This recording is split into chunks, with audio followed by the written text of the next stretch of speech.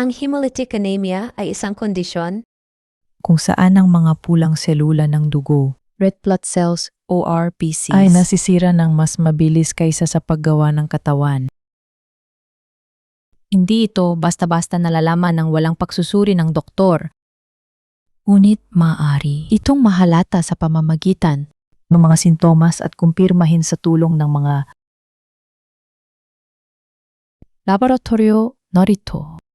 ang mga paraan kung paano ito Nalalaman una, mga sintomas na dapat pansinin dahil kulang ang red blood count, ang katawan ay hindi nakakatanggap ng sapat na oxygen. Mapapansin ang mga sumusunod, jaundice, ang paninilaw ng balat at ng puting bahagi ng mga mata.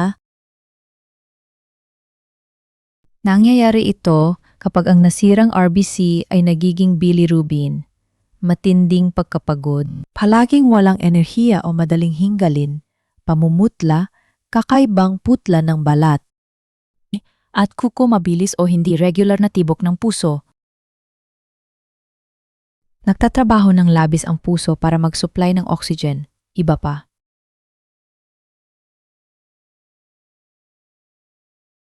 Madalas na pagkahilo at pananakit ng tiyan. 2. Pagsusuri sa dugo, blood tests. Kailangan pumunta sa isang doktor o espesyalista, hematologist, upang magsagawa ng mga test sa dugo.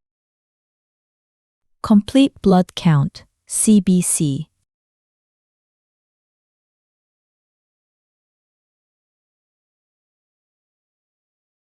Sinusukat nito ang dami ng bagong RBC na ginagawa ng bone marrow.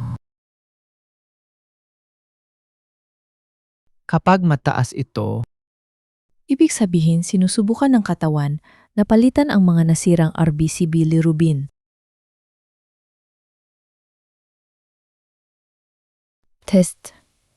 Titingnan ang level ng bilirubin sa dugo. Ang mataas na level ay Senyales ng mabilis na pagkasira ng dugo. 3. Pagsusuri sa ihi, urine test. Maaaring ipasuri ang iyong ihi upang makita kung may dugo o kung may mataas na level ng hemosiderin, isang uri ng iron mula sa nasira RBC na lumalabas sa ihi. 4. Pagsusuri sa bone marrow sa ilang pagkakataon. Maaring kumuha ng maliit na sample ng bone marrow upang masuri kung paano ito gumagawa ng bagong selula ng dugo para masuri ka ng tama. Magpatingin sa iyong doktor. Kung gusto mo, maaari mo ring sabihin sa akin ang mga sumusunod upang matulungan kitang maintindihan.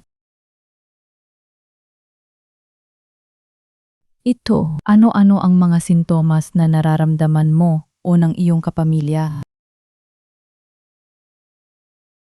Tulad ng thalassemia o G6PD.